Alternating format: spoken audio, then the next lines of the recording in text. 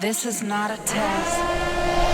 What up, what up? Welcome back to the channel. I'm J and we are locked in. Happy Halloween. This is it. And I just want to welcome you to Derry episode 2. Now, the last thing we seen was the movie theater was going crazy. I thought this was a 3D production. No, it was Pennywise, the little demon baby, attacking and taking lives. But before we jump into this and break down episode 2, if you like it, if you like breakdowns and theories and predictions of different TV shows, then this might be the channel for you. Hit that subscribe button, turn on your notification bell so you get something every time I upload. Make sure you hit that like button, and let's get to 60,000 subscribers on this channel. Now, we're going to break down episode 2 because our kids, Teddy, Matt, Phil, Susie, RIP to them. But we did have 2 that made it, and that is Ronnie and Lily. But this is episode 2, the recap of Welcome to Derry, It. Outside of Hank in Ronnie's house, we have 2 police officers. Now, they're sitting out here smoking cigarettes and they're just talking about what potentially happened to those missing kids. Now, we all know what took place, but of course, unless you've seen it, you're not going to believe that some demon baby came out of the movie theater projection screen and attacked these kids. Well, what they're doing is they're sitting outside of the house because everyone thinks that the Negro Hank, who worked at the movie theaters, is the one that took these kids, but there are no bodies, so there's really no evidence. In the house, Ronnie, she's sitting down the hallway listening to her dad and his mother, and they're talking, and she's like, oh Lord, they're coming after you. You think those police are sitting outside of anyone else's house? Hank is saying, man, I'm not sending my daughter off to school. I didn't do anything with this. I got an alibi. But the mom is like, I don't know about that. This ain't looking like it's gonna be good for us, Hank. He's like, look, no, we good, man. I'm gonna tell them we ain't do nothing, and then we'll spank his booze. But in all seriousness, the cops are sitting out there, and he's nervous because he wants to protect his daughter, and he didn't do this. Major Leroy finally moved off base, got his house together, listening to some Sam Cooke, waiting on his wife Charlotte and Will to pull up. And when they get there, his son got a mean grip. He shakes his dad's hand, he hugs him, because it's been a while since they seen the major, because Leroy went out by himself. Now Charlotte pulls up, and that's his wife, beautiful. And she's looking at the house, but they notice that the neighbors, they aren't too friendly because, you know, it ain't that many black folk up here. But we're here now, and it's a quiet neighborhood. Let's just leave it at that for right now. Leroy going for the father of the year. Now, his son Will is a very, very intelligent young man. He has a telescope. I had a cheap telescope growing up. Let me not say cheap because my parents got me what they could afford. We had a telescope, and Will, like I said, very, very intelligent. So he's like, man, let's look at the stars. Let's look at the planets. Leroy says we navigate with the planets also, and they use a sextant, which is basically kind of like looking at the North Star. You know, that's always north, but the planets, when you're up in the air, it also helps you guide and navigate because you know where they're at. Now, Leroy does make a joke about let's be, you know, spying on the neighbors.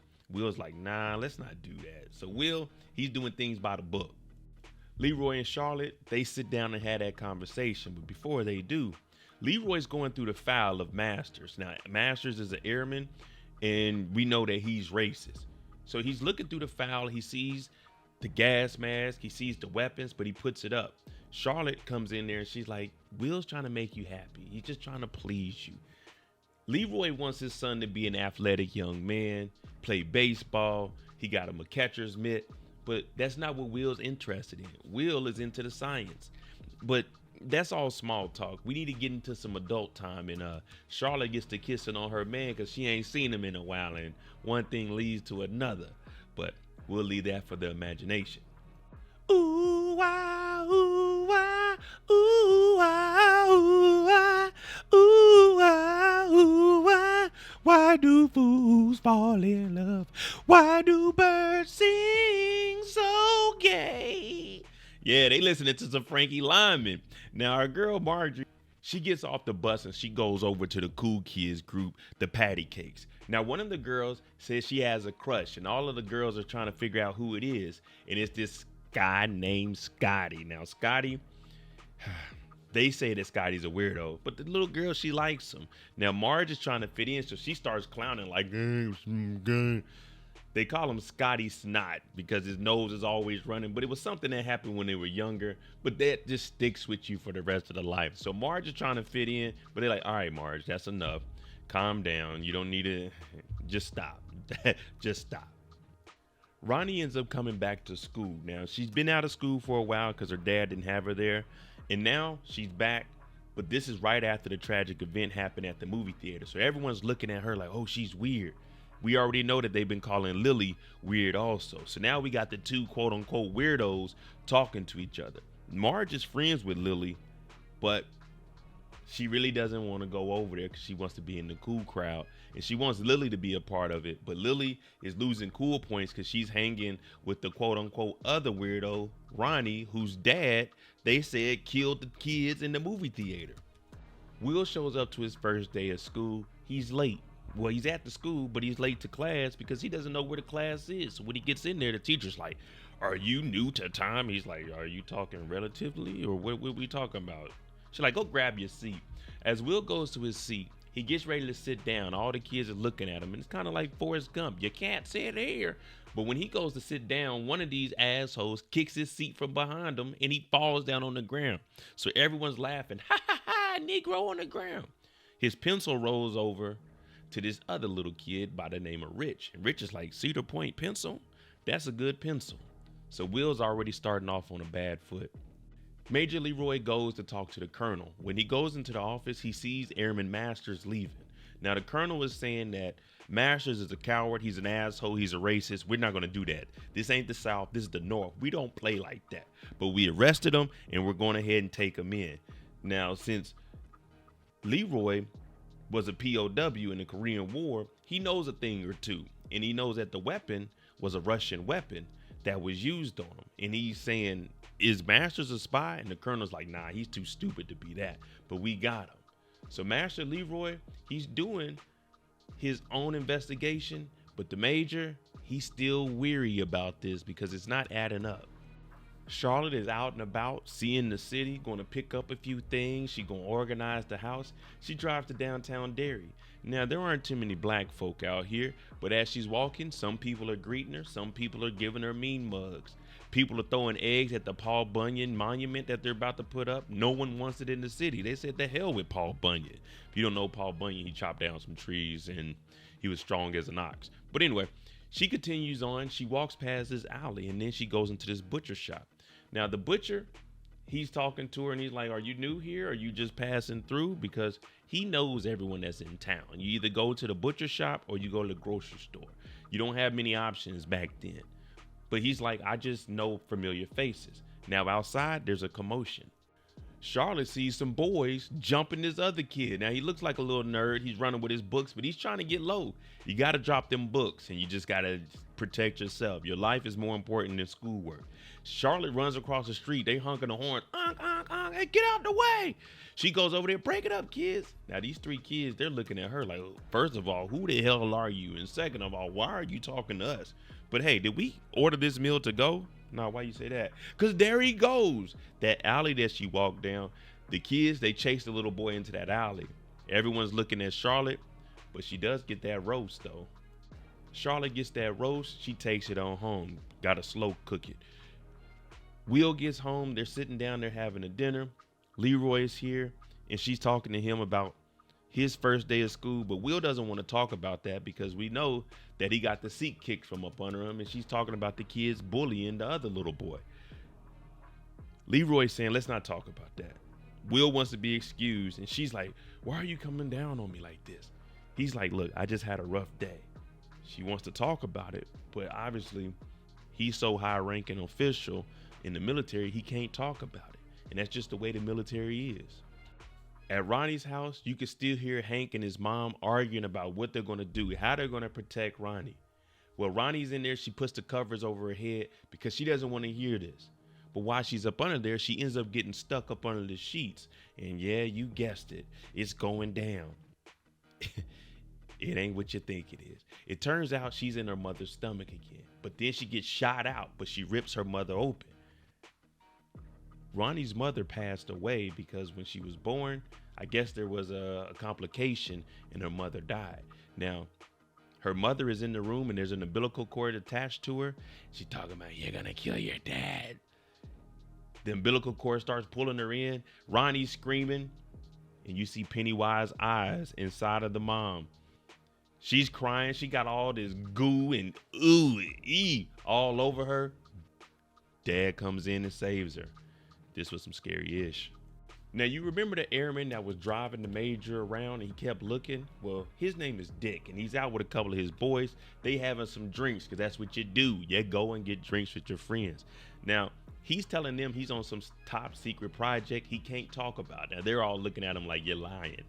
The chief of police comes in, and they're in there drinking. The chief of police is supposed to be making an arrest on Hank, because everyone in the town believes that the Negro, Hank, is the one that made those kids disappear. And we see some corruption with a councilman talking about, if you don't arrest him, the next time your election comes up for sheriff, we'll make sure you don't. So Dick and his crew, they leave because they don't want no problems. When they get back to base, they're drunk. Now, they aren't supposed to be out. So the military police, security forces, ask for their IDs, and they call them in. And Dick is like, listen, I got special privileges. Everyone's looking at him like, uh-oh. But sure enough, he did. And they got on base, no problems. The next morning, we see a dig site. Now, Dick, he's out here, he's hung over. He's trying to survive. Colonel is walking up, and we also have some characters off in the hills watching. So we don't know what they're looking at, but we know that they're spying on this dig site. Now, the colonel comes up there, and he's like, what are you doing, man? We've been at multiple dig sites. We haven't found anything. And I'm hearing you abusing your special privileges. Dick is like, no, but we close though, Colonel. We gonna get there. The Colonel is like pretty much saying privileges to do this job. But if you don't do this job, then we're gonna strip those privileges from you. But Dick is saying, no, trust me, Colonel. We're very, very close. It's time for lunch. One of the best places to interact as a youth. Marge is sitting at the patty cakes table. They acting a damn fool. Marge is showing off. She's getting all the attention. The leader of the patty cakes ain't liking it. But Ronnie comes and sits down with Lily. Lily was supposed to sit with the cool kids, but she said to hell with the patty cakes. There's kids missing. I'm talking about Maddie, Teddy, Phil, and Susie. Now, when Ronnie comes in here, Marge keeps looking, but Ronnie is like, what did you tell the police? The police are coming after my father. They're trying to take my father. She's like, I didn't tell him nothing. I told him your dad wasn't there. She's like, you got to tell him more than that, because the police are outside of our house. So they're going back and forth, and Ronnie ends up losing it, talking about that's some bullshit. Everyone in the cafeteria is looking like, whoa, the one Negro here is acting a fool again. It's an eventful day at school. Ronnie gets sent to detention for cursing in the cafeteria. Will gets sent to detention for sitting in the hallway and someone threw a smoke bomb and running into a teacher. Lily gets escorted out of school to the police station. The police chief has a lot of pressure on him to get an arrest on Hank. So he's telling her, either we're going to send you back to the insane asylum, or you tell us maybe you did see Hank, or let's say you can't rule out that Hank wasn't there at the movie theater. He's trying to trick her to pin this on Hank to get the arrest to get reelected. Well, they sent Lily on off, and then that night they went and arrested Hank. Now, Hank did have an alibi. We know Hank wasn't there because Hank was at the house and the kids were there. Ronnie, after seeing her dad arrested, sprints over to Lily's house. She's cursing her out. What the hell did you tell the police? They got my dad. Lily's on the stairs. She runs back to her room. The mom is like, you need to get out of here before I tell your grandma. Lily's like, man, I don't know. Lily wasn't trying to stay in that insane asylum. Ronnie's out here crying, and the mom just closes the door. So we didn't get anywhere. But Hank, he got to go to jail. Major Leroy shows back up on base, and he's doing his own investigation. So what does he do? He goes down to the brig. This is where you go to jail at on base. Now, Masters is sitting in there smoking a cigarette. Leroy goes in there, and he has that macro PM, a Russian gun. And he sits the gun down with no clip in it. And he says, not too many people can load this, cock it, and use it. The person that broke into my room, they did that very quickly. So he sets the gun down and he antagonizes him and says, I'm gonna leave your mama out of this. So Master picks up the gun, he tries to load it, but he can't get it to go. He can't get it to go. And right then, Leroy knows that this guy Masters wasn't capable of being the one that broke into his room and whooped on him, because he wouldn't know how to use this gun properly.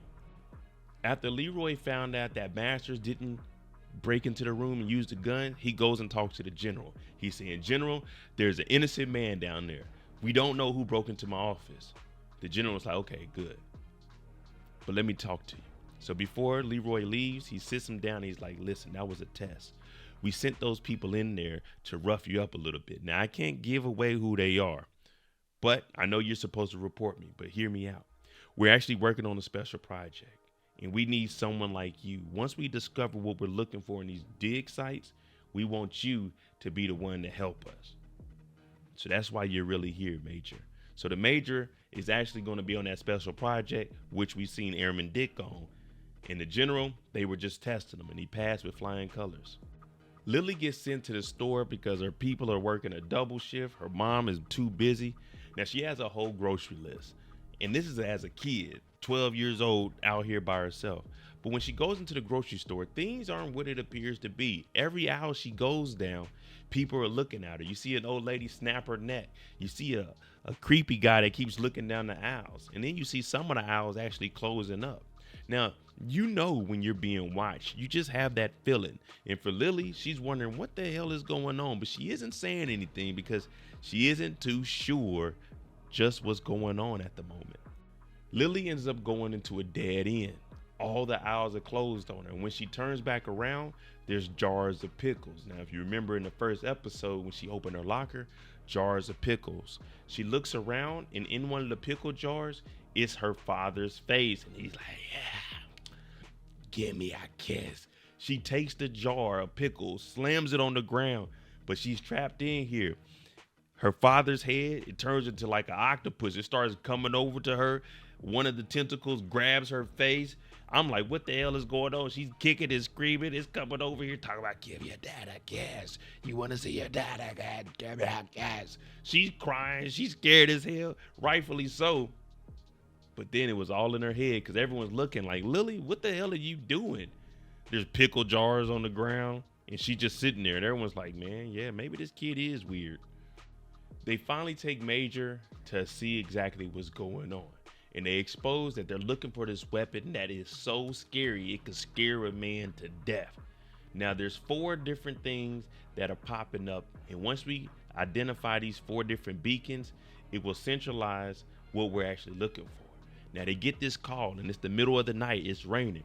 They go out to the dig site, and all we see is a vehicle lifting up out of the ground. Now, in the lab, we've seen baseball jerseys. We've seen shirts, things that are signaling little kids missing.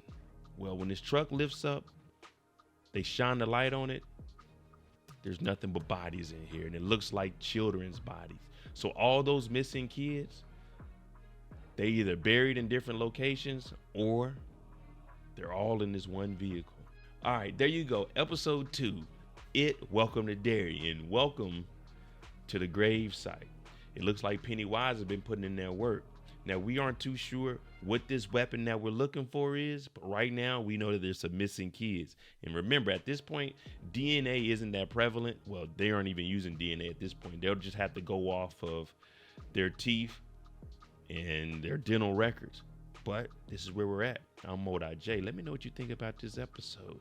Would you be more scared of the monster in the bedroom or the monster at the damn grocery store? Let me know what you think. I'm Modi J. Hit that like button, hit that subscribe button. Let's get to 60,000 subscribers. Thanks for watching. I'm out. Jimmy on the beat, boy.